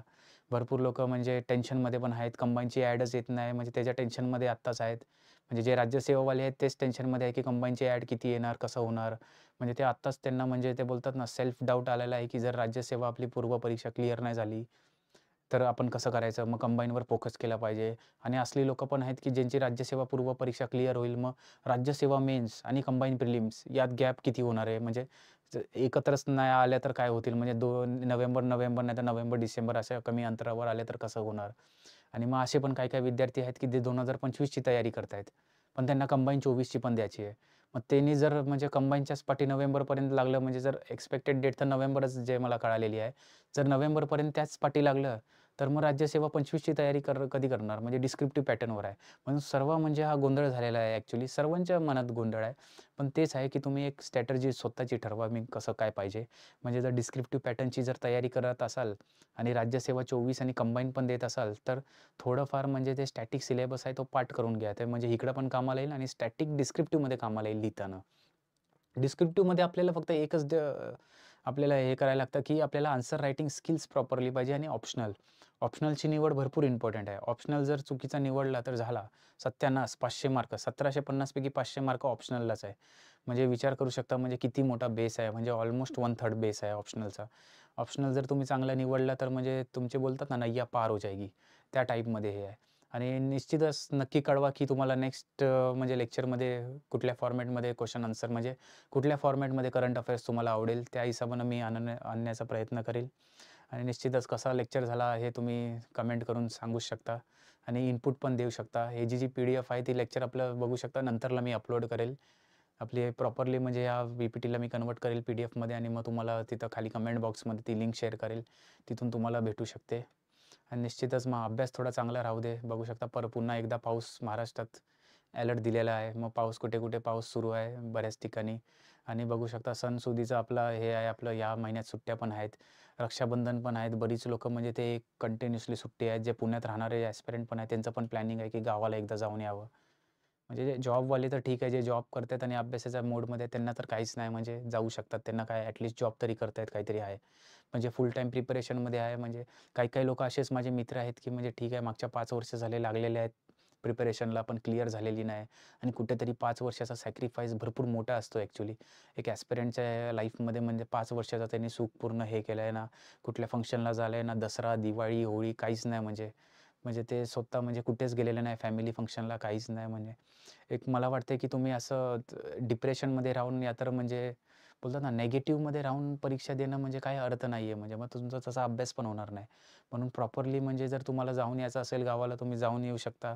प्रॉपरली जास्त लोकांना भेटू नका. काय चाललंय काहीच सांगू नका. चुपचाप जावा. थोडं स्वतः क्वालिटी टाईम स्पेंड करा फॅमिलीसोबत आणि रिटर्न पुन्हा अभ्यासाला लागा. म्हणजे एव्हरीथिंग इज पॉसिबल. तुम्हाला म्हणजे सर्व काही करता येतं ॲक्चुअली टोटल आणि जर पुढच्या लेक्चरला मग आपण असाच कंटेंट बघू शकता. जसं तुमचा इनपुट असेल तसा मी मग कंटेंट घेऊन येईल आणि ठीक आहे. तर मग चला सर्वांना शुभेच्छा आहे, की तुम्ही चांगला अभ्यास करा. चांगला हेल्थ सांभाळा ह्या लास्ट डेजमध्ये. हेल्थ सांभाळल्यावर म्हणजे बरंच काय-काय म्हणजे गोष्टी इझिली होऊन जातात आणि निश्चितच ऑल द बेस्ट सर्वांना. धन्यवाद.